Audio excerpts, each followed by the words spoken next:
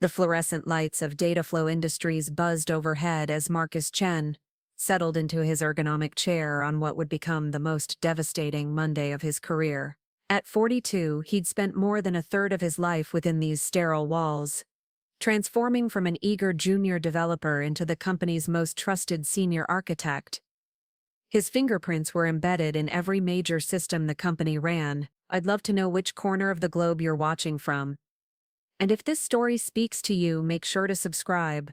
Tomorrow's video is one you absolutely can't miss. Marcus had joined Dataflow straight out of college in 2009, when the company was just another struggling startup operating from a cramped office above a pizza joint in Austin, Texas. He remembered those early days vividly, sleeping on couches during all-night coding sessions, surviving on energy drinks and determination, believing they were building something revolutionary. And Dataflow's customer relationship management platform had grown from serving 12 small businesses to powering the operations of Fortune 500 companies across North America. The transformation hadn't happened overnight. Marcus had architected the core database structures that could scale from thousands to millions of users. He'd designed the security protocols that protected sensitive client information. When the company went public in 2018, Marcus owned 2.3% of the shares. Not enough to retire, but sufficient to finally buy the house in the hills he'd been dreaming about since his graduate school days. His colleagues respected him. His managers relied on him. New employees were told to ask Marcus when they encountered complex technical challenges. He'd mentored dozens of junior developers, watching them grow from uncertain interns to confident programmers. The company's success was built on foundations that Marcus had personally laid, brick by digital brick. But success had bred complacency, and complacency had made him vulnerable. The trouble began in September, though Marcus wouldn't recognize it until much later. Dataflow had been acquired by Tech Global Corporation, a massive conglomerate known for aggressive cost-cutting and rapid restructuring. The acquisition brought new executives, new policies, and new pressures to maximize efficiency and minimize expenses. Among the new arrivals was Jennifer Walsh, a 34-year-old former McKinsey consultant who'd been brought in as chief technology officer. Walsh had a reputation for modernizing legacy systems and streamlining operations, corporate speak for replacing expensive senior employees with cheaper alternatives. She arrived with a mandate to reduce the technology department's budget by 30% within 18 months. Walsh's first company-wide meeting had been unsettling. She'd stood at the front of the conference room, impeccably dressed in a charcoal suit, clicking through PowerPoint slides filled with buzzwords like digital transformation, operational excellence, and human capital optimization. Marcus had sat in the back row, arms crossed, watching her cold blue eyes scan the room like a predator evaluating prey. "We're going to be making some significant changes," she'd announced, her voice carrying the artificial warmth of someone trained in executive communication. "Dataflow has incredible potential, but we need to eliminate redundancies and embrace more cost-effective solutions. Some of you have been here for many years, and I appreciate your dedication. However, loyalty alone doesn't drive shareholder value." The message was clear enough. Long-term employees were expensive liabilities, not valuable assets. Over the following months, Walsh had systematically begun dismantling the culture that Marcus had helped build. Team meetings became performance evaluations. Collaborative projects became competitive assessment. The open-door policy that had encouraged innovation was replaced by rigid hierarchies and approval processes that stifled creativity. Marcus watched colleagues disappear one by one. First, it was Sarah Rodriguez from the quality assurance team, 23 years with the company, let go because manual testing processes are becoming obsolete. Then came David Park from infrastructure, 18 years of experience managing the server architecture that kept Dataflow running smoothly, replaced by automated cloud management tools. Each departure was accompanied by corporate communications about strategic restructuring and embracing technological advancement. The remaining employees received their departed colleagues' responsibilities along with assurances that these changes would create exciting growth opportunities. Marcus had survived the initial rounds of layoffs because his knowledge was too deeply embedded in Dataflow's systems. He was the institutional memory of the company's technical architecture. The databases he'd designed were so intricate, that even the most detailed documentation couldn't capture every nuance and dependency. Firing Marcus would be like removing the foundation stones from a cathedral, possible, but catastrophically expensive. Or so he'd believe. The plan to eliminate Marcus had been elegant in its simplicity. Rather than fire him outright and risk system failures, Walsh had decided to systematically document his knowledge while simultaneously undermining his reputation. She'd assigned him a team of junior developers, ostensibly to help with major projects but actually to extract and codify his expertise. 26-year-old Brett Hawkins had been the primary extraction agent, though he'd performed his role unknowingly. Fresh from a coding boot camp and eager to prove himself, Brett had peppered Marcus with questions about system architecture, database relationships, and security protocol. Marcus, ever the mentor, had patiently explained concepts, shared code repositories, and provided access to documentation that would normally take years to accumulate.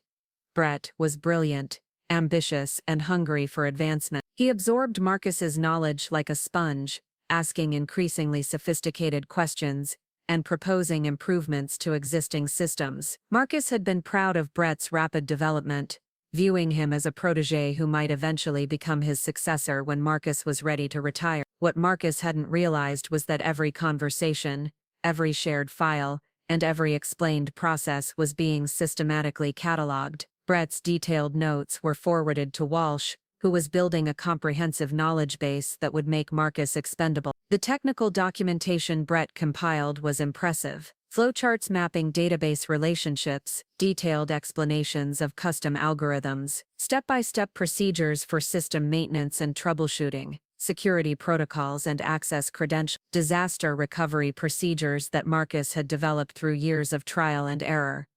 By December, Walsh possessed a complete blueprint of Marcus's contributions to data flow. More importantly, she had identified the one system that Marcus controlled exclusively, the legacy data migration tool that processed customer information from acquired companies. This tool was Marcus's masterpiece, a complex piece of software that he'd developed over 8 years to handle the delicate process of integrating new clients into Dataflow's ecosystem. It was intricate, powerful, and absolutely critical to the company's growth strategy. Every major acquisition depended on this tool to seamlessly transfer customer data without losing information or compromising security. The tool was also Marcus's insurance policy. He was the only person who truly understood its inner working. The code was dense and poorly commented, not from laziness, but from years of rapid development and incremental improvements. Even with documentation, reproducing its functionality would take months of work by a team of experienced developers. Walsh's plan required Marcus to document this final piece of his legacy. She'd approached him in January with a seemingly reasonable request. The company needed comprehensive documentation for all critical systems to comply with new regulatory requirements. Marcus would lead a project to create detailed technical specifications for the data migration tool. Marcus had agreed reluctantly. He understood the necessity of documentation, even if it meant revealing his last competitive advantage. He'd spent the first quarter of 2024 painstakingly documenting every function, every algorithm, and every security measure built into the migration tool. The work was tedious and time-consuming. Marcus would arrive early and stay late, methodically explaining code that he'd written years earlier and barely remembered. He created flowcharts, wrote detailed comments, and recorded video tutorials explaining the tool's operation. By March, he'd produced over 200 pages of technical documentation. Brett had assisted with the documentation project, asking clarifying questions and helping to test procedures. His enthusiasm reminded Marcus of his own early days at Dataflow, when every technical challenge was an exciting puzzle to solve. Marcus had enjoyed the mentoring aspect of the project, sharing not just technical knowledge but also lessons learned from years of experience. What Marcus didn't know was that Brett had been tasked with a secondary objective, identifying vulnerabilities in Marcus's work. Walsh needed justification for termination beyond simple cost reduction. She needed evidence of incompetence, negligence, or misconduct that would protect the company from potential lawsuits. Brett's analysis had been thorough and damning. The data migration tool, while functional, contained numerous shortcuts and workarounds that violated current coding standards. Security protocols that had been adequate in 2016 no longer met industry best practices. Database queries were inefficient by modern standards. Error handling was inconsistent and potentially problematic. None of these issues represented serious flaws. The tool worked reliably and had successfully processed hundreds of client migrations without significant problems. But Walsh understood that technical debt could be reframed as professional negligence with the right presentation. The trap was set by April. Walsh had everything she needed: comprehensive documentation of Marcus's knowledge, a replacement tool developed by Brett's team, using modern frameworks, and a detailed report highlighting technical shortcomings in Marcus's legacy code. The final component was the most crucial: a way to eliminate Marcus that would prevent him from defending himself or exposing the company's systematic knowledge extraction. Walsh needed Marcus to appear incompetent and potentially dangerous, someone whose continued employment posed risks to Dataflow's operations. The solution was elegant and devastating. On Friday, May 10th, Brett had made a small addition to the data migration tool's code, a single line that would execute during the next client migration, creating a cascade of system failures that would appear to result from Marcus's negligence. The line was innocuous enough: a database connection string that pointed to a deprecated server instead of the current production environment. When the migration process attempted to transfer client data, it would fail spectacularly, potentially corrupting information and violating Dataflow's service agreements. Brett had felt sick, adding the malicious code. Marcus had been kind to him, patient with his questions and generous with his knowledge, but Walsh had made Brett's career advancement contingent on the success of this project. Brett was drowning in student loan debt, supporting his girlfriend through graduate school, and desperate to secure his position at Dataflow. A lot of love and effort went into bringing this story to life. If you're enjoying it, we'd be so grateful if you'd subscribe to our channel. Now, back to where we left off. The migration failure would be blamed on Marcus's outdated coding practices and inadequate testing procedures. The comprehensive documentation Brett had helped create would demonstrate that Marcus had been aware of these issues but failed to address them. Walsh would present Marcus's termination as a necessary response to gross negligence that had endangered client relationships. Marcus had no idea that his career was hanging by a thread, suspended above an abyss of carefully constructed evidence and manufactured incompetence. He continued his daily routines, mentoring junior developers, attending meetings, and maintaining the systems that had become extensions of himself. On Sunday evening, May 12th, Marcus received an email from Dataflow's largest client, Meridian Financial, requesting an emergency data migration. Meridian had acquired a smaller investment firm and needed their customer database integrated before markets opened on Monday. The timeline was tight, but Marcus had handled similar urgent requests dozens of times. He agreed to perform the migration remotely, working from his home office to avoid disturbing his family's Sunday evening routine. His wife Linda was helping their daughter Emma with a science project, while their son Jake practiced guitar in the basement. It was a perfect domestic scene, the successful family man handling a work crisis with calm competence. Marcus logged into Dataflow's systems at 8 p.m. methodically preparing for the migration process. He reviewed Meridian's requirements, verified the source data integrity, and initiated the transfer protocols he'd refined over years of experience. Everything appeared normal as the process began executing. The first error message appeared at 8, a database connection failure that Marcus initially attributed to network latency. He restarted the process, expecting the temporary glitch to resolve itself. Instead, the errors multiplied exponentially. By 9:15 p.m., Marcus was frantically troubleshooting cascading system failures. Database corruptions were spreading through Meridian's customer records. Backup systems were failing to engage properly. Security protocols were generating automated alerts about potential data breaches. Marcus worked through the night, desperately trying to contain the damage and restore system stability. He called Dataflow's emergency support line, reaching confused technicians who couldn't understand how such widespread failures had originated from a routine migration. By dawn, Meridian's customer database was corrupted beyond immediate repair. potentially affecting thousands of investment accounts. The consequences were immediate and severe. Meridian's executives were furious about the data corruption, threatening legal action and contract cancellation. Dataflow's reputation for reliability was shattered overnight. Regulatory agencies began investigating potential security breaches and data protection violations. Marcus sat in his home office Monday morning, staring at error logs that made no sense. The failures appeared to stem from his migration tool, but the code hadn't been modified in months. He'd performed hundreds of similar migrations without incident. The systematic nature of the failures suggested sabotage, but Marcus couldn't imagine who would want to destroy his career. His phone rang at 9:30 a.m.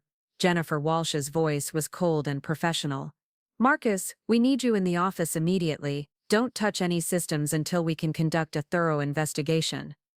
The drive to Dataflow felt like a funeral procession. Marcus understood that his career was ending, but he couldn't comprehend how 15 years of dedicated service had culminated in such catastrophic failure. The man who had built Dataflow's technical foundation was being summoned to explain its destruction. The Dataflow Industries building had never felt more foreign to Marcus as he walked through the glass doors that Tuesday morning. Security guards he'd known for years avoided eye contact. Colleagues whispered in hushed tones near the elevator banks, their conversations dying abruptly when they noticed his approach. The familiar hum of productivity had been replaced by an atmosphere of tension and suspicion.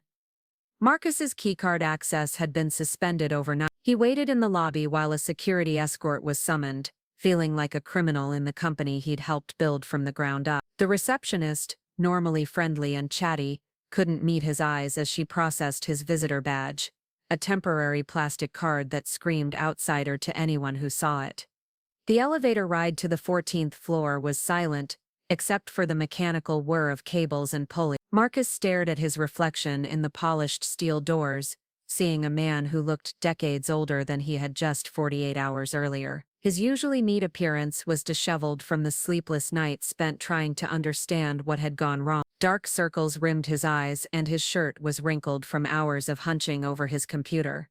Jennifer Walsh's corner office had been completely transformed since the acquisition. Gone were the warm wooden furnishings and family photos that had characterized the previous CTO's workspace. Instead, Walsh had installed minimalist furniture, multiple monitors displaying real-time analytics, and walls covered with organizational charts and efficiency metrics. The space felt more like a military command center than a technology executive's office. Walsh was seated behind her glass desk when Marcus arrived, flanked by two people he didn't recognize. The woman on her left was introduced as Patricia Hoffman from Dataflow's legal department, a sharp-featured attorney who specialized in employment law and corporate liability. The man on her right was Thomas Bradley, a forensic IT specialist contracted to investigate the system failures. "Please sit down, Marcus," Walsh said, gesturing to a chair positioned directly across from her desk. The seating arrangement felt deliberately intimidating, with Marcus isolated while the three investigators formed a united front. "I'm sure you understand why we're here."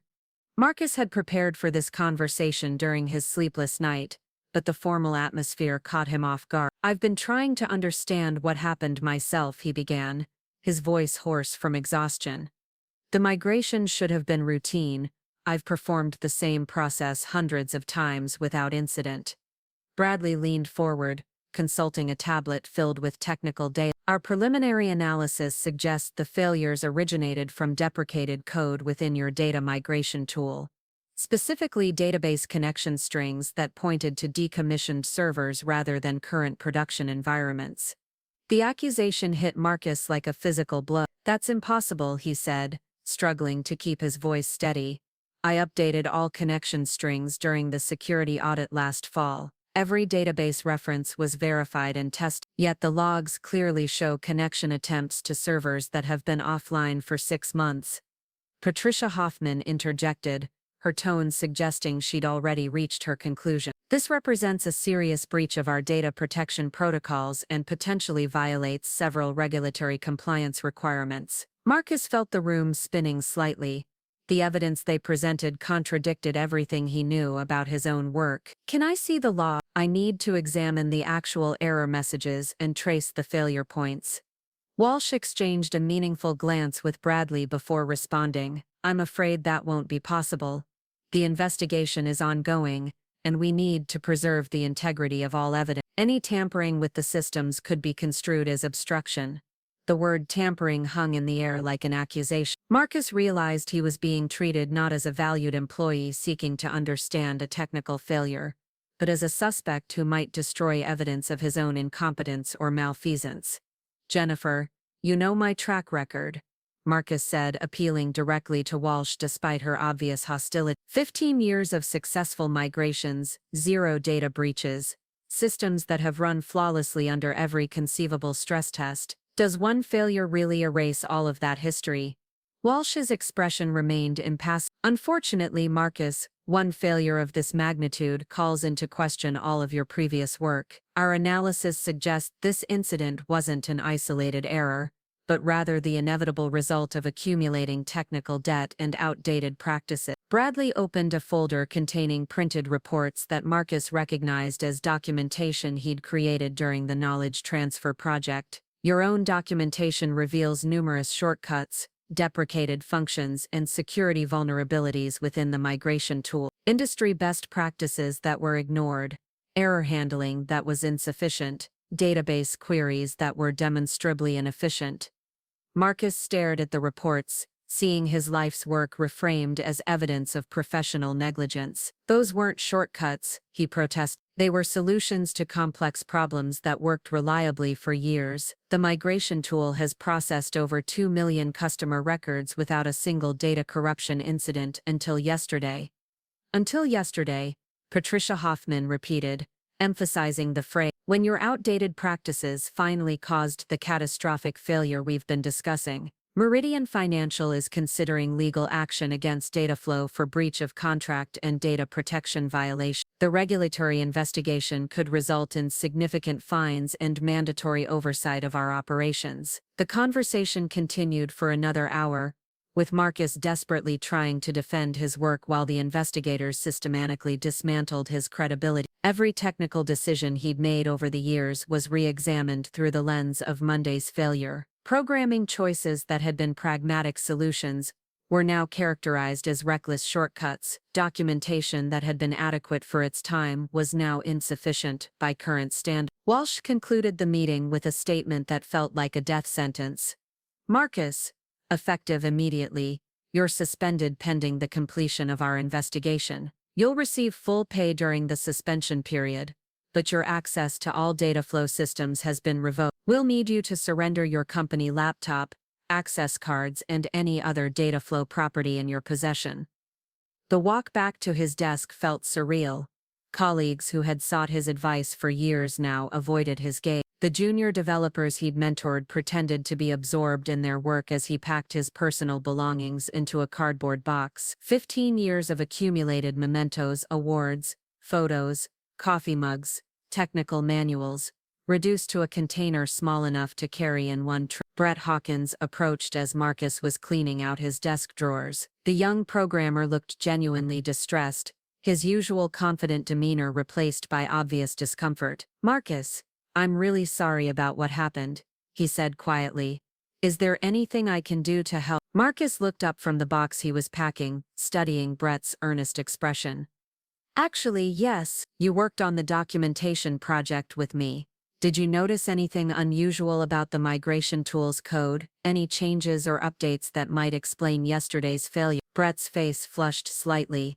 I don't think so. The code seemed consistent with what we documented. Maybe the problem was environmental server configurations or network issues rather than the application itself. The suggestion was reasonable, but Marcus noticed Brett's reluctance to maintain eye contact. Something about the younger man's demeanor suggested knowledge he wasn't sharing. Brett, if you know something that might help explain what happened, please tell me. My career is on the line here. I really don't know anything, Brett insisted, but his voice carried a note of guilt that Marcus filed away for future consideration. The investigation will figure out what went wrong. These things happen sometimes with legacy systems. The phrase legacy systems stung particularly hard. Marcus's cutting-edge solutions had become obsolete relics in the span of a single disastrous night. The technology that had once been his pride was now being dismissed as outdated infrastructure that needed replacement. Security escorted Marcus from the building at 3:30 p.m.,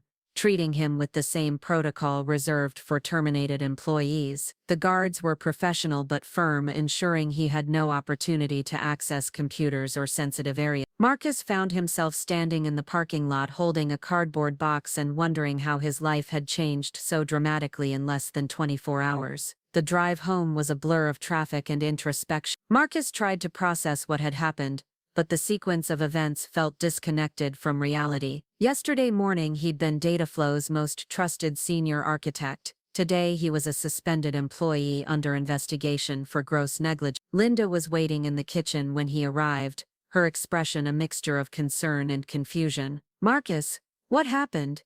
"Jennifer Walsh called this morning asking about your access to company systems from home. She made it sound like there was some kind of security incident." Marcus set the card box on the counter and slumped into a chair at the kitchen table. "There was a system failure during the Meridian migration. Massive data corruption that's being blamed on my code. They think I made fundamental errors that compromised the entire process." "But that's ridiculous," Linda said immediately.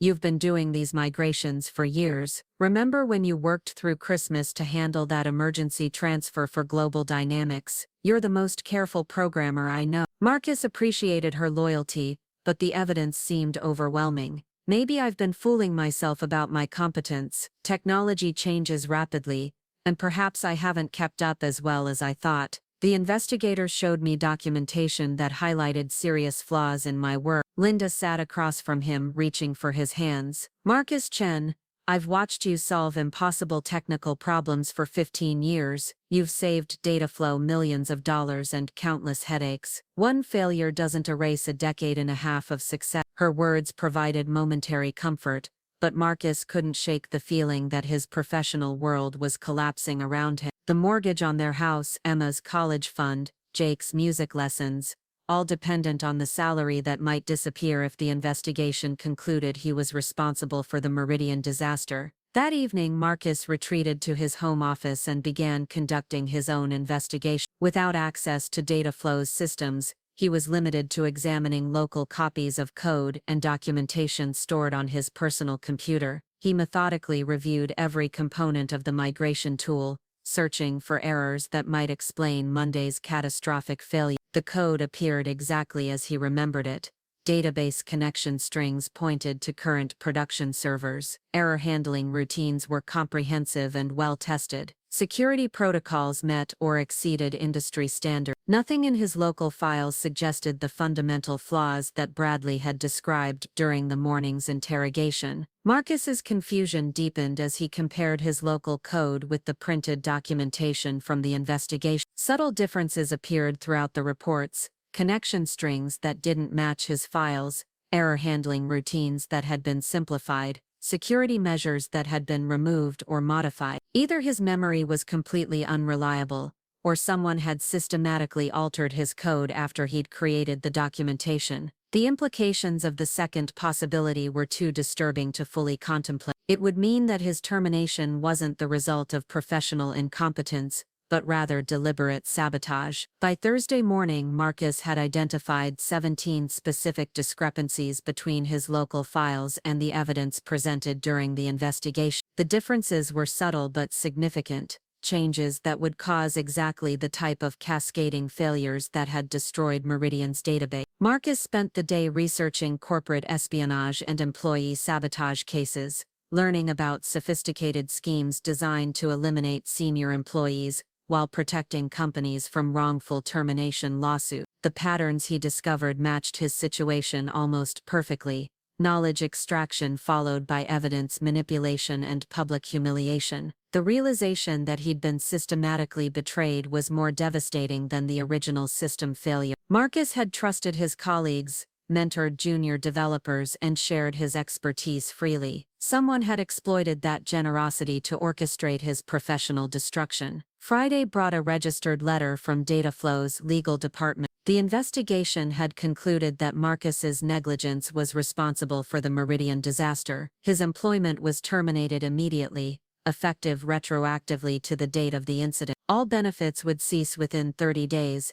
and the company reserved the right to pursue financial damages for breach of professional duty. The letter also contained a non-disclosure agreement that would prevent Marcus from discussing the circumstances of his termination or the technical details of the system failure. In exchange for signing the NDA, Dataflow would provide a neutral employment reference and waive any claims for financial damages. Marcus stared at the legal documents, understanding that his signature would effectively end his career in technology. No company would hire a senior architect who couldn't discuss his most recent work or explain the circumstances of his departure from a 15-year position. But refusing to sign would likely result in a public legal battle that would drain his savings and destroy any remaining credibility he possessed. Dataflow's lawyers had crafted a perfect trap: comply with their demands or face financial ruin through protracted litigation. The weekend passed in a haze of anger and desperation. Marcus alternated between examining code for evidence of tampering and researching legal options for challenging his termination. Linda tried to maintain normalcy for Emma and Jake,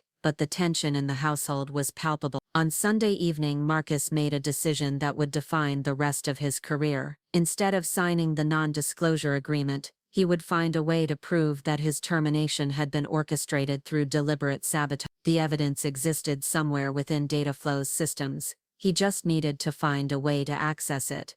The plan that formed in Marcus's mind was dangerous and potentially illegal, but after 15 years of dedicated service, he deserved better than being scapegoated for someone else's malicious actions. The company that had built its success on his expertise would learn that Marcus Chen wasn't going to disappear quietly into professional obscurity. Monday morning would bring the beginning of Marcus's counterattack, though he had no idea how far the conspiracy against him extended or how many people he'd once considered allies were actually working to destroy him. Marcus spent Monday morning in his home office, staring at the unsigned non-disclosure agreement while formulating a plan that could either vindicate him or land him in federal prison. The legal documents lay spread across his desk like a map of his destroyed career, each clause carefully crafted to silence him permanently. His first step was reaching out to someone he hadn't spoken to in 3 years, Kevin Torres, a former Dataflow security analyst who'd left the company after clashing with management over surveillance policy. Kevin had always been paranoid about corporate espionage, constantly warning colleagues about social engineering attacks and insider threats. His warnings had seemed excessive at the time,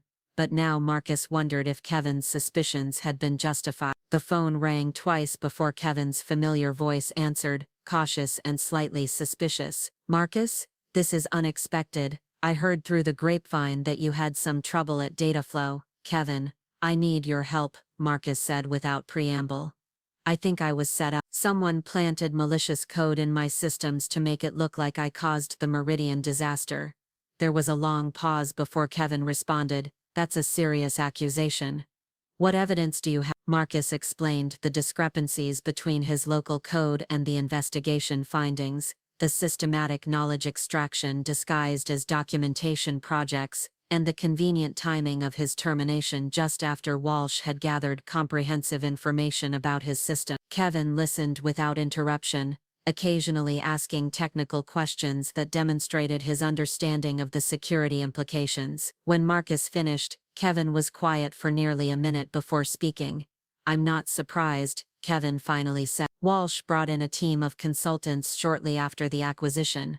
They called it knowledge management optimization, but I recognized it as preparation for large-scale personnel changes. The pattern you're describing matches corporate espionage techniques I've seen at other companies." "Can you help me prove it?" Marcus asked. "Maybe, but we'd need to access Dataflow's internal systems to gather evidence, and that would be highly illegal given your current status. Are you prepared for those consequences?" Marcus considered the question carefully. His reputation was already destroyed, his career effectively ended, and his family's financial security threatened. "What choice do I have? If I don't fight this, I'll never work in technology again." Kevin agreed to meet that afternoon at a coffee shop in downtown Austin, away from both of their neighborhoods and any possible surveillance. The location choice struck Marcus as paranoid, but recent events had shattered his assumptions about corporate behavior and personal safety.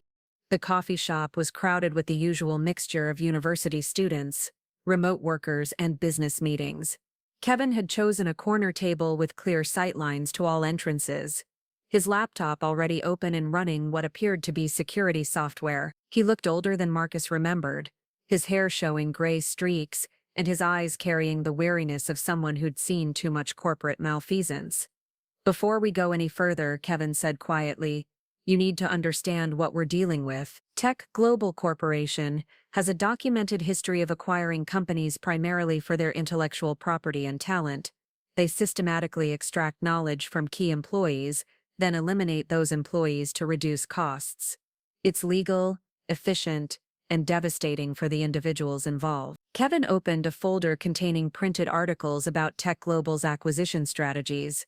The pattern was consistent across multiple companies: acquisition followed by knowledge extraction, then mass layoffs disguised as performance issues or misconduct. Former employees described identical experiences: mentoring sessions that were actually information gathering, documentation projects that mapped their expertise, and eventual termination based on manufactured evidence. "The beautiful thing about their approach," Kevin continued, "is that they never have to admit to age discrimination or cost-cutting. Every termination is justified by documented performance issues or policy violations. The victims appear incompetent rather than expendable." Marcus felt sick as he recognized his own experience reflected in the testimonials. How do they manufacture the evidence so convincingly? Simple. They have employees document their own systems and processes under the guise of compliance or knowledge transfer. Then they identify vulnerabilities or outdated practices that can be exploited. Finally, they introduce subtle changes that cause spectacular failures, making the original developers look negligent. Kevin showed Marcus a case study from Tech Global's acquisition of Innovative Solutions, a software company in Denver. The lead architect, a woman named Rebecca Martinez with 18 years of experience, had been terminated after a data breach that was later traced to a single line of code that had been added to her security module without her knowledge. Rebecca fought the termination in court and eventually proved sabotage, but it took 3 years and cost her life savings. Most people can't afford that kind of legal battle, especially when they're dealing with unemployment and family responsibility. Marcus absorbed this information, understanding that his situation was neither unique nor accidental. "So what can we do?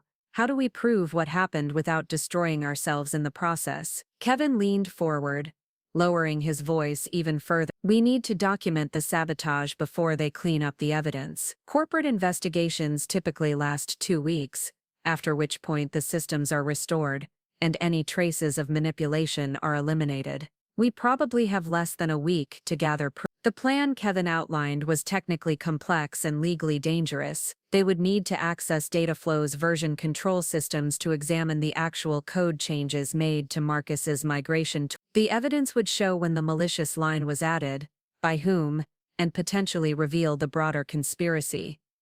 "The biggest risk is getting caught," Kevin warned. "If Dataflow's security team detects unauthorized access, they'll have grounds for criminal charges in addition to the civil claims they're already pursuing." Marcus weighed the risks against the alternative of accepting professional destruction without a fight. "What do you need from me?" Kevin's approach relied on Marcus's detailed knowledge of Dataflow's systems combined with Kevin's expertise in penetration testing and digital forensics. Marcus would provide access credentials and system architecture information, while Kevin would handle the technical aspects of evidence gathering.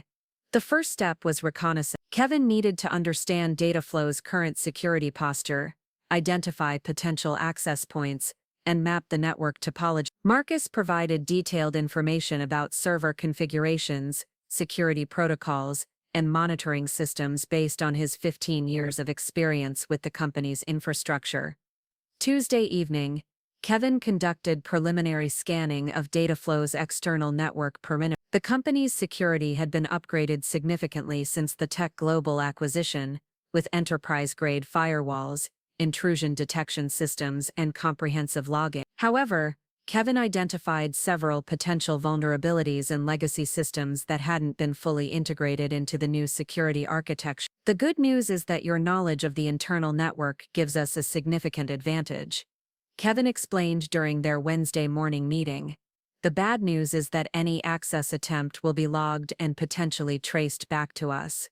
Kevin's solution was elegant and terrifying. Rather than attempting to hack into Dataflow's systems remotely, they would exploit Marcus's terminated employee status to gain physical access to the building. Many companies failed to immediately update all physical security systems when employees were terminated, creating windows of opportunity for unauthorized access. Your key card was deactivated, but there are always backup systems and human factors we can exploit. Kevin's security guards recognize you, cleaning crews work at night with minimal supervision, and maintenance entrances are often less monitored than main lobbies.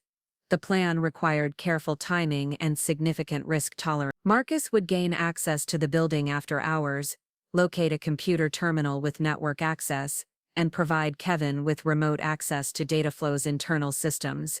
Kevin would then extract evidence of the code manipulation while Marcus served as a lookout and early warning system. Thursday night, Marcus found himself crouched behind a dumpster in Dataflow's parking garage, waiting for the security guard to complete his hourly patrol. The surreal nature of the situation wasn't lost on him, a respected senior architect reduced to breaking into his former workplace like a common criminal. The maintenance entrance Kevin had identified was secured with a keypad lock, but Marcus knew the combination from his years of late-night emergency responses.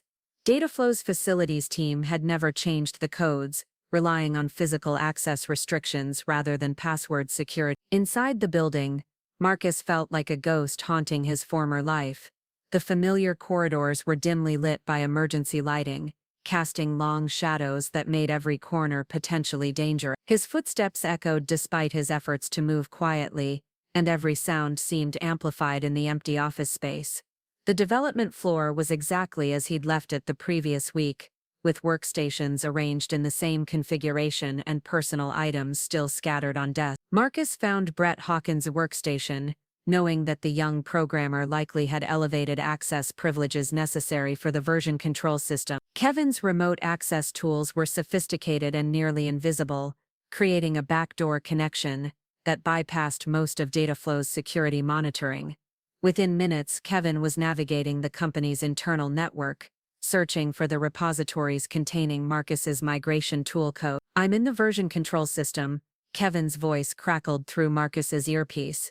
"Looking for the migration tool repository now. Can you give me the exact project name?" Marcus provided the technical details while monitoring the hallway for any signs of security patrol. The building remained quiet except for the hum of air conditioning and the distant sound of traffic from the street below. "Found it," Kevin said after several tense minutes. "I'm downloading the complete revision history now. This will show every change made to the code, including timestamps and user credentials." The download process seemed to take forever, though Kevin assured Marcus it was actually proceeding quickly. Each minute felt like an hour as Marcus imagined security guards discovering his presence or Kevin's activities, triggering automated alerts.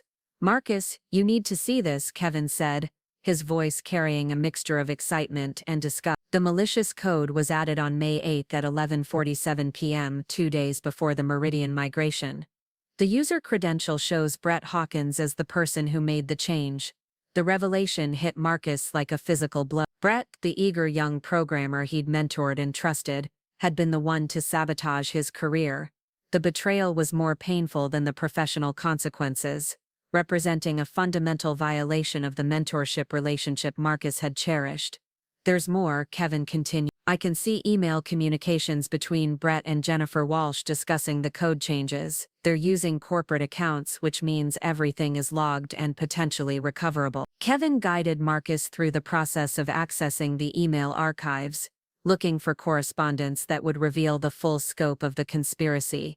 What they found exceeded even Marcus's worst suspicions about the systematic nature of his destruction. The emails painted a picture of calculated manipulation spanning months. Walsh had identified Marcus as a target shortly after the acquisition, recognizing that his knowledge and salary made him an ideal candidate for elimination. She'd recruited Brett as an unwitting accomplice, promising career advancement in exchange for detailed documentation of Marcus's work. Brett's initial involvement appeared innocent, a junior developer eager to learn from an experienced mentor. But the emails revealed how Walsh had gradually manipulated him into more questionable activities, including the identification of vulnerabilities in Marcus's code and eventually the planting of malicious software. The final email in the chain was dated May 10, just hours before the Meridian migration disaster. Walsh thanked Brett for his excellent work on the legacy system optimization project and confirmed his promotion to senior developer, effective immediately after Marcus's inevitable departure. "We have everything we need," Kevin said, his voice filled with grim satisfaction.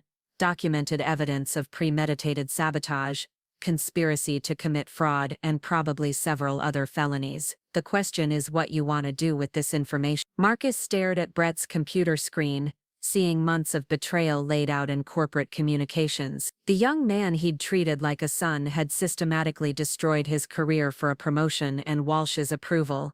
"I want to destroy them," Marcus said quietly. "All of them. They thought they could steal 15 years of my life and walk away without consequences. They were wrong." Kevin began copying the email archives and related documents, building a comprehensive evidence package that would expose the conspiracy. The files included not only the technical evidence of code manipulation, but also the communications proving premeditation and coordination among multiple parties. "This is enough to file criminal charges."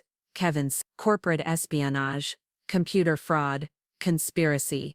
The FBI takes this kind of thing seriously when there's clear evidence of interstate commerce violations. As Kevin completed the evidence gathering, Marcus made a decision that would define the next phase of his life. Rather than simply seeking vindication, he would use this evidence to expose Tech Global's systematic exploitation of acquired employees. The conspiracy against him was just one example of a broader pattern of corporate malfeasance that needed to be stopped. "Kevin, I want you to make copies of everything, not just my case, but any similar patterns you can find in their other acquisitions. We're going to bring down the entire operation." The words felt liberating after weeks of feeling powerless and victim. Marcus Chen, the respected senior architect, was about to become something far more dangerous to corporate criminals. A whistleblower with irrefutable evidence and nothing left to lose. Friday morning brought a decision that would reshape Marcus's understanding of justice and corporate warfare. Instead of immediately contacting law enforcement, he chose a more strategic approach that would maximize the damage to Tech Global's operations, while protecting other potential victims. Kevin had spent the night analyzing the evidence they'd gathered, cross-referencing patterns across Tech Global's acquisition history. The results were staggering. Over the past 5 years, the corporation had systematically eliminated 847 senior employees from acquired companies, saving an estimated $140 million in salary and benefit costs, while avoiding age discrimination lawsuits through manufactured performance issues. "This isn't just corporate restructuring," Kevin explained during their morning meeting at a different coffee shop. "It's industrial-scale fraud designed to steal intellectual property while destroying the people who created it." Marcus studied the spreadsheet Kevin had compiled, seeing hundreds of names representing destroyed careers and shattered lives. Engineers with decades of experience, project managers who'd built successful teams, researchers whose innovations had driven entire industries, all discarded like defective equipment once their knowledge had been extracted.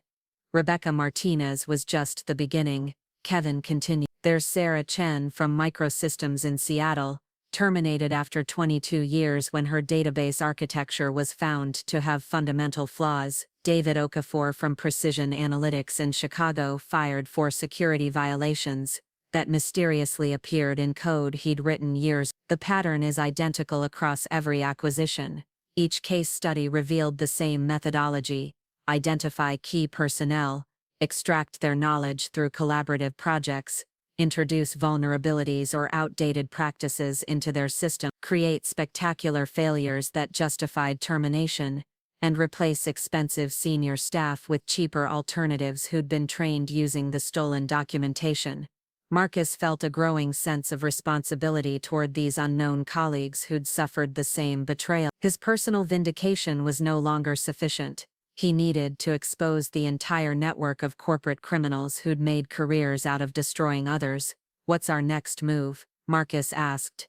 Kevin's plan was audacious and carefully calculated. Rather than approaching law enforcement first, they would build an irrefutable public case that would force regulatory agencies to investigate Tech Global's practices. The strategy required gathering additional evidence from other victims, while simultaneously documenting Tech Global's broader patterns of acquisition fraud. "We need corroborating testimony from other victims," Kevin explained. "Isolated cases can be dismissed as disgruntled employee complaints, but systematic patterns across multiple companies constitute criminal conspiracy." The first victim Kevin had identified was Rebecca Martinez, the Denver architect who'd successfully challenged her termination in court. Rebecca had won her case but signed a non-disclosure agreement as part of the settlement, preventing her from discussing Tech Global's practices publicly. Marcus reached out to Rebecca through a secure communication channel Kevin had established, explaining his situation and requesting guidance. Rebecca's response came within hours, filled with barely controlled anger at learning that Tech Global was continuing the practices she'd fought to expose. "They made me sign an NDA, but I've been documenting everything they've done since my case," Rebecca wrote. "I have files on dozens of other victims who were too intimidated or financially exhausted to fight. If you're really planning to expose them, I can provide evidence that will destroy their entire operation." Rebecca agreed to meet Marcus and Kevin in Denver the following week, bringing with her a network of former Tech Global victims who'd been quietly gathering evidence, while waiting for someone with the resources and determination to lead a coordinated response. Meanwhile, Marcus faced the challenge of dealing with Dataflow's escalating pressure to sign the non-disclosure agreement. Patricia Hoffman called repeatedly, emphasizing the legal consequences of refusing to cooperate with the investigation's conclusion. The threats became more explicit each day, with suggestions that Marcus's failure to accept responsibility might result in criminal charges for the Meridian disaster. "Mr. Chen, you need to understand the gravity of your situation," Hoffman said during Thursday's call. "Meridian Financial is demanding compensation for their losses, and Dataflow is prepared to pursue full legal remedies if you continue refusing to acknowledge your role in this incident." Marcus listened to the threats with newfound confidence, knowing that every conversation was being recorded and would eventually serve as evidence of the conspiracy against him. "Ms. Hoffman, I'm still reviewing the documentation you provide. I want to ensure I fully understand the technical issues before making any decisions." The delay tactic bought him time while Kevin worked to contact additional victims and gather supporting evidence. Each day brought new revelations about Tech Global's methods and the scope of their systematic fraud. By the following Tuesday, Marcus and Kevin had assembled a comprehensive dossier that included evidence from 17 different acquired companies. The pattern was remarkably consistent: knowledge extraction followed by sabotage, manufactured evidence of incompetence, and termination disguised as performance management. The trip to Denver provided the final pieces of their evidence puzzle. Rebecca Martinez had transformed her personal vendetta into a sophisticated intelligence operation, tracking Tech Global's activities across multiple states and industries. Her apartment had been converted into a command center filled with computers, printed documents, and wall charts mapping corporate connections. "Welcome to the resistance," Rebecca said when Marcus and Kevin arrived. "We've been waiting for someone with fresh evidence and the courage to go public." Rebecca's network included 12 former Tech Global victims, each representing different acquired companies and industries. They'd been meeting monthly for over a year, sharing information and supporting each other through the psychological trauma of systematic betrayal. Marcus listened to their stories throughout the evening, hearing variations of his own experience repeated with numbing consistency. Sarah Chen described how her Seattle team had been dissolved after she was fired for database flaws that appeared overnight in systems she'd maintained for 15 years. David Okafor explained how security vulnerabilities had been introduced into his Chicago company's software just before a critical client demonstration, providing justification for his termination and the elimination of his entire research department. Each victim had initially blamed themselves for their professional failures, assuming they'd become obsolete or made critical errors. Only after comparing notes had they realized they were targets of coordinated attacks designed to steal their intellectual property while destroying their credibility. The psychological impact is almost worse than the financial consequences, explained Maria Santos, a former project manager from Tech Global's acquisition of Phoenix Solutions. They don't just steal your job, they make you doubt your own competence and question everything you've accomplished in your career. Marcus understood exactly what Maria meant. Even with irrefutable evidence of sabotage, part of him still wondered if he'd somehow contributed to his own downfall through complacency or outdated thinking. Rebecca outlined the legal strategy they'd developed with the help of employment attorneys who specialized in corporate fraud cases. Rather than pursuing individual lawsuits that could be contained through settlements and NDAs, they would file a coordinated class action suit while simultaneously providing evidence to federal prosecutors investigating corporate espionage. The key is generating enough public attention that Tech Global can't control the narrative, Rebecca explained. Once the media starts investigating, other victims will come forward, and the regulatory agencies will be forced to take action. Kevin had been working on the technical aspects of evidence presentation, creating digital packages that would be impossible for Tech Global to dispute or discredit. The evidence included original source code, email communications, financial documents, and recorded conversations that demonstrated the systematic nature of the fraud. "We have everything we need to prove criminal conspiracy," Kevin said during the group's final planning session. "The question is timing and coordination. Tech Global has significant resources and political connections. They'll try to discredit us individually before we can present the full case." The group decided on a coordinated revelation strategy that would maximize impact while minimizing Tech Global's ability to respond. Marcus would return to Austin and formally refuse to sign Dataflow's NDA, simultaneously releasing his evidence to federal prosecutors, the Securities and Exchange Commission, and select technology journals. Rebecca's network would provide supporting evidence to corroborate Marcus's claims, with each victim contributing specific documentation from their own cases. The timing would be coordinated to prevent Tech Global from preparing individual responses or attempting to silence witnesses through legal intimidation. Marcus flew back to Austin on Thursday evening carrying copies of evidence that could destroy one of the largest technology corporations in America. The weight of responsibility was enormous, but so was his determination to prevent other families from experiencing the devastation he'd endured. Friday morning brought a final call from Patricia Hoffman, her voice carrying barely concealed frustration at Marcus's continued delays. "Mr. Chen, Dataflow's patience is exhausted. If you don't sign the agreement by Monday morning, we'll have no choice but to pursue criminal charges and civil remedies." "Ms. Hoffman," Marcus replied calmly, "I've completed my review of the evidence, and I won't be signing your agreement. In fact, I think you should prepare for significantly more serious legal challenges than a terminated employee's refusal to cooperate." The silence that followed Marcus's statement stretched for nearly 30 seconds before Hoffman responded with obvious confusion. "Mr. Chen, I'm not sure what you think you've discovered, but threatening Dataflow with frivolous lawsuits will only worsen your legal position." Marcus ended the call without explanation, knowing that Hoffman would soon understand the magnitude of what she'd been involved in. The corporate attorney who'd helped orchestrate his destruction was about to become a defendant in federal criminal proceedings. Kevin had scheduled simultaneous evidence releases for Monday morning, coordinating with federal prosecutors in Austin, Denver, Chicago, and Seattle. Technology journalists from major publications had been briefed on the story's significance and provided with preliminary evidence to verify independently. The plan would transform Marcus from a discredited former employee into the primary whistleblower in one of the largest corporate fraud cases in technology industry history. Tech Global's systematic theft of intellectual property and destruction of senior employees would be exposed across multiple media platforms simultaneously, making it impossible for the corporation to contain or control the narrative. Sunday evening, Marcus sat in his home office, preparing the final documentation that would trigger Tech Global's downfall. The evidence packages were complete, the coordination timeline was confirmed, and Rebecca's network was ready to provide supporting testimony. Linda found him staring at his computer screen, the weight of the approaching confrontation evident in his posture. "Are you ready for this?" she asked, settling into the chair beside his desk. I don't think anyone can be ready for something like this, Marcus replied. But I know what happens if we don't fight.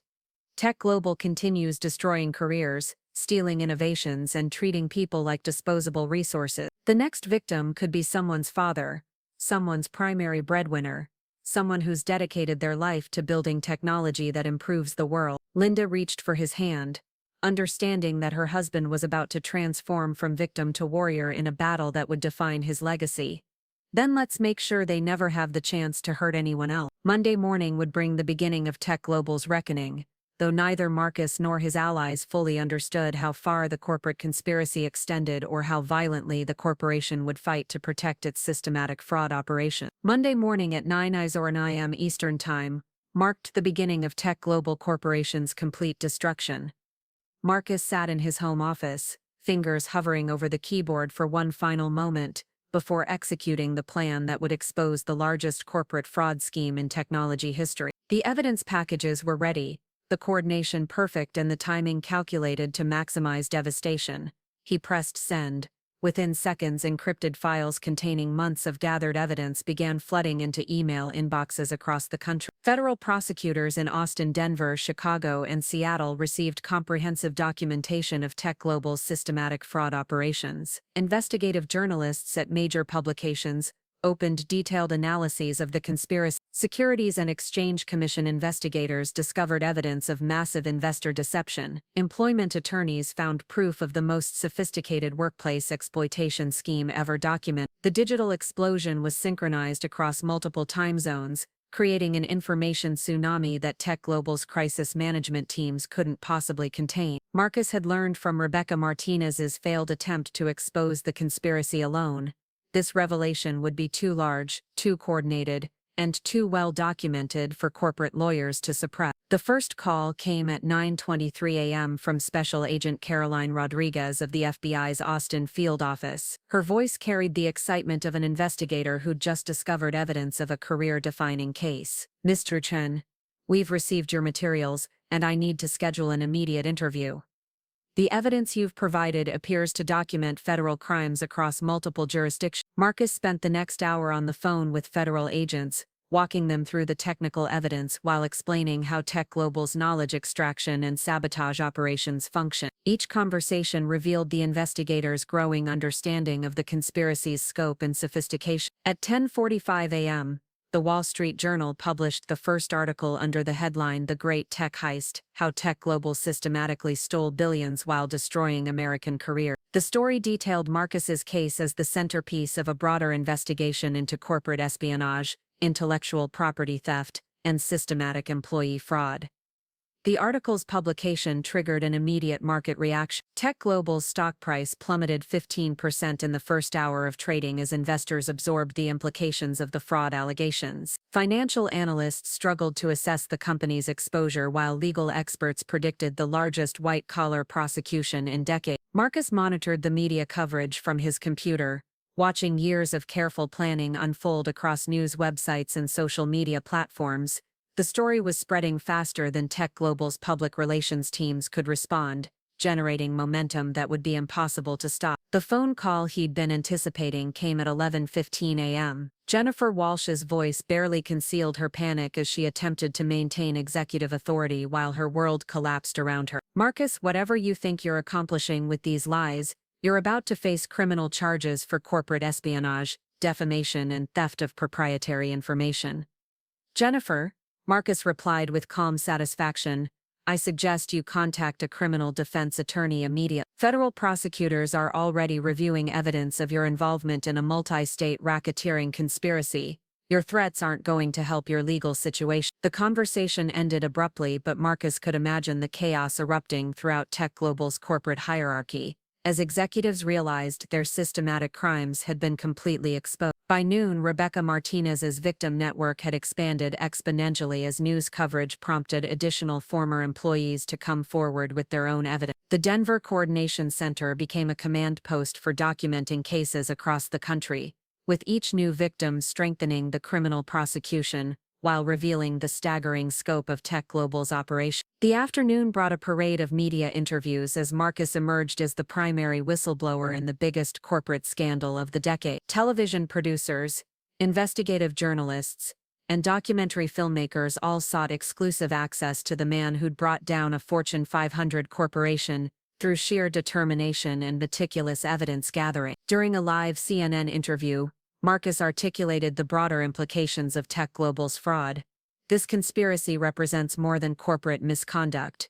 It's systematic theft of American innovation. When companies can steal intellectual property from the people who created it while destroying those same people's careers, we're undermining the entire foundation of technological progress and economic fairness. The interview generated thousands of social media responses from technology workers sharing their own experiences with suspicious terminations, knowledge extraction projects, and manufactured performance issues. Marcus's story had unleashed a national conversation about corporate accountability and employee protection.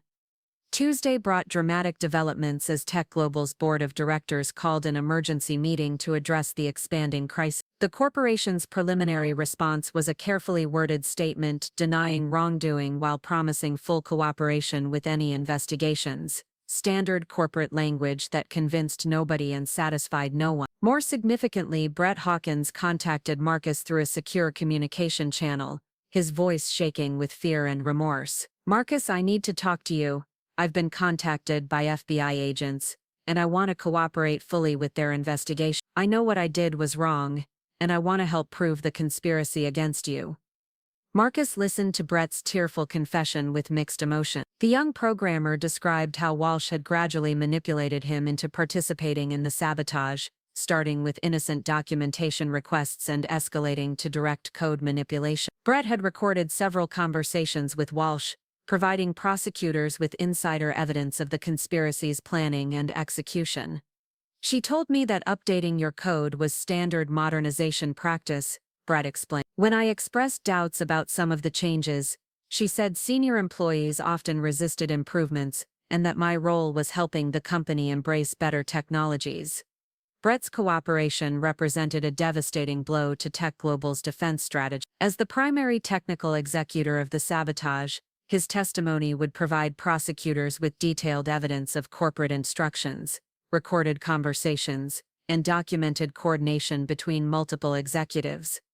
Wednesday's developments exceeded even Marcus's optimistic expectations. The Securities and Exchange Commission announced a formal investigation into Tech Global's financial reporting practices, alleging that the company had misled investors about the methods used to achieve cost reductions and efficiency improvement. The SEC's involvement transformed the case from an employment fraud investigation into a comprehensive examination of corporate governance, financial disclosure, and investor protection. Tech Global's systematic employee exploitation had been disguised as legitimate business optimization, potentially defrauding shareholders about the sustainability and legality of the company's profit strategy. Marcus received a surprising call from David Morrison, Tech Global's newly appointed interim CEO, who had been brought in to manage the crisis after the previous leadership was forced to resign. Morrison's tone was markedly different from Walsh's earlier threats, conciliatory, respectful, and clearly focused on damage control. "Mr. Chen, I want you to know that Tech Global acknowledges serious problems occurred under previous management," Morrison said carefully. "We're prepared to offer substantial compensation to you and other affected employees, along with public acknowledgement of the wrongdoing and comprehensive reforms to prevent future incidents." Marcus considered the settlement offer thoughtfully before responding. "Mr.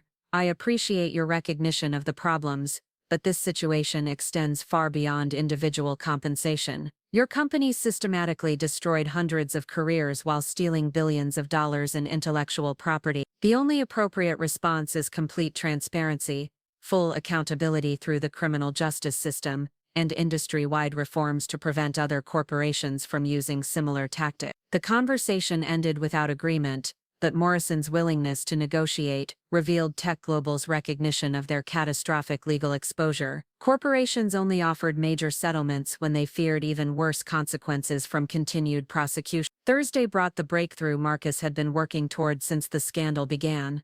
federal prosecutors announced the first wave of criminal indictments against tech global executives. Jennifer Walsh, Patricia Hoffman, and 8 other corporate officials were charged with conspiracy to commit fraud, computer crimes, mail fraud, wire fraud, and violations of the racketeer-influenced and corrupt organizations. The RICO charges were particularly devastating because they treated Tech Global's systematic fraud as organized criminal activity rather than isolated corporate misconduct. The legal framework allowed prosecutors to pursue the broadest possible case while seeking maximum penalties for all participants in the conspiracy.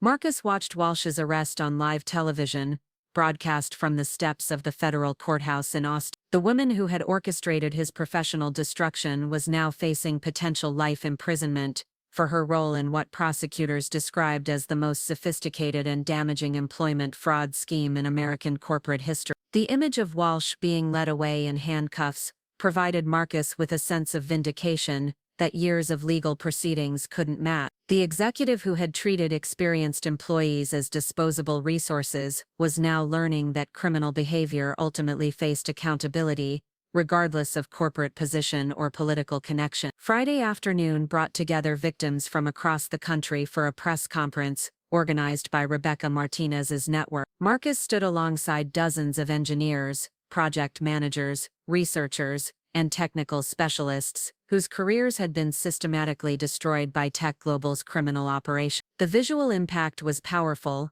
accomplished professionals representing decades of innovation and expertise, all victimized by the same coordinated fraud scheme. Their collective presence demonstrated that Tech Global's crimes weren't isolated incidents, but rather a comprehensive attack on American technological leadership. Rebecca Martinez served as the primary spokesperson, her voice carrying the authority of someone who had survived corporate betrayal and emerged as a leader in the fight for accountability. Today represents the beginning of justice for everyone who was victimized by Tech Global's criminal conspiracy.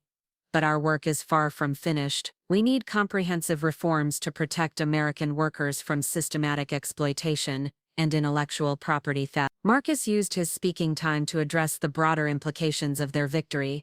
We've demonstrated that workers can successfully fight back against corporate fraud, but only through coordinated action and refusal to be silenced by intimidation. Every person who's been scapegoated for management failures needs to understand they have both the right and the responsibility to seek justice. The press conference generated extensive media coverage while establishing the victims as advocates for systemic reform rather than simply seeking individual compensation. Their transformation from isolated targets into a unified movement amplified their political influence and moral authority. The following weeks brought developments that exceeded even the most optimistic predictions about Tech Global's downfall. The corporation's stock price collapsed completely as investors fled the scandal-ridden company. Major clients canceled contracts worth billions of dollars. Credit rating agencies downgraded Tech Global's debt to junk status, effectively cutting off access to capital markets.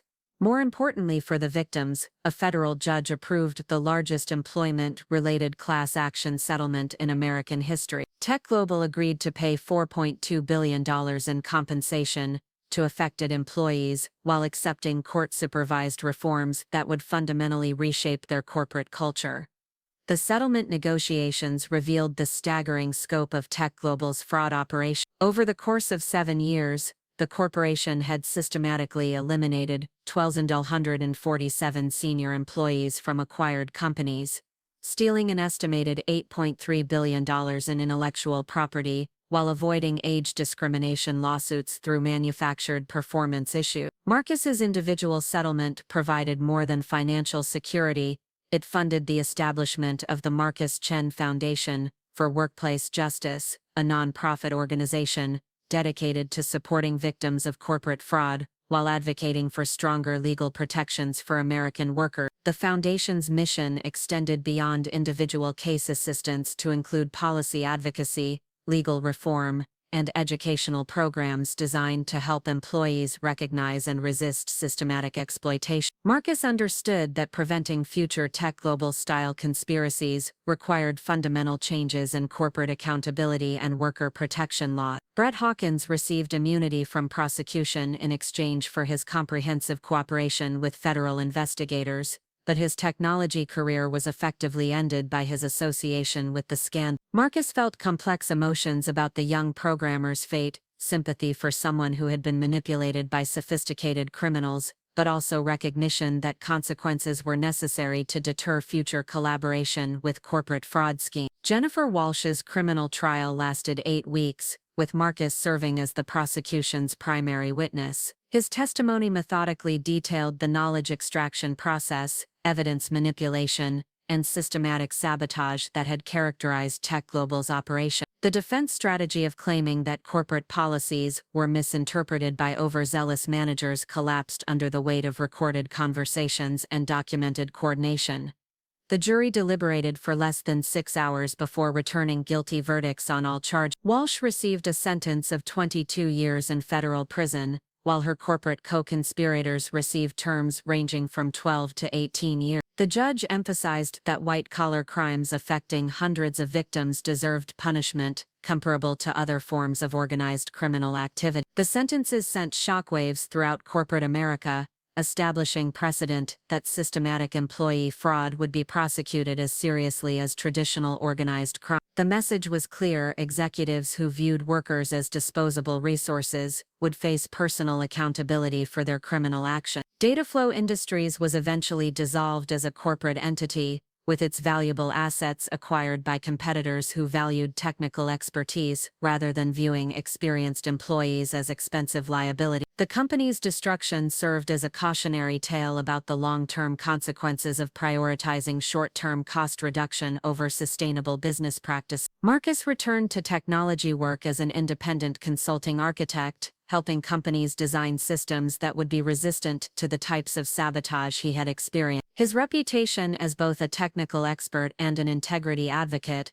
made him highly sought after by organizations seeking to rebuild trust with their employees and customers. The transformation from victim to advocate had fundamentally changed Marcus's understanding of corporate relationships and professional responsibility. He'd learned that competence and loyalty provided no protection against systematic exploitation, but also that determined resistance could overcome even the most sophisticated criminal conspiracy. 3 years after Tech Global's collapse, Marcus testified before a Senate committee investigating corporate accountability in the technology sector. His recommendations for legislative reform included mandatory disclosure of employee termination patterns, criminal penalties for knowledge theft, and enhanced whistleblower protections for workers reporting systematic fraud. The legislation that emerged from these hearings, known as the Chin-Martinez Corporate Accountability Act, established the strongest worker protection framework in American history. The law required companies to document and justify terminations of senior employees, created federal penalties for intellectual property theft from workers, and provided comprehensive legal protection for whistleblowers reporting corporate fraud. 5 years after the scandal,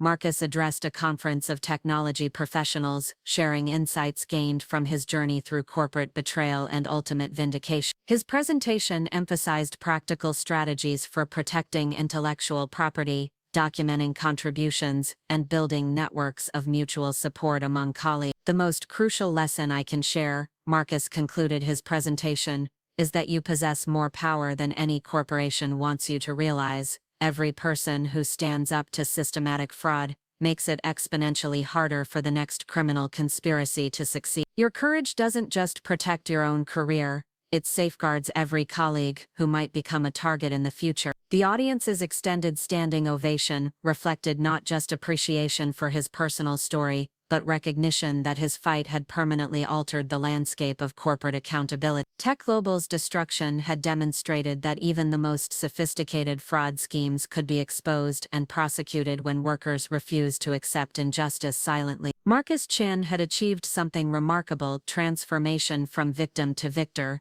proving that systematic corporate crime could be defeated through determination, careful planning, and collective action. His legacy would inspire future generations of employees to fight back against exploitation while building careers based on genuine merit rather than corporate manipulation. The story that began with one line of malicious code had evolved into a movement that protected millions of American workers from similar exploitation. Marcus's 15 years of stolen expertise had been returned not just to him but to an entire industry that now operated under fundamentally different principles of fairness and accountability. In the end, the greatest victory wasn't the financial settlement or criminal convictions, it was the knowledge that no other family would endure the devastation that Marcus had experienced. The system had been changed, the criminals had been punished, and justice had ultimately prevailed over corporate tyranny.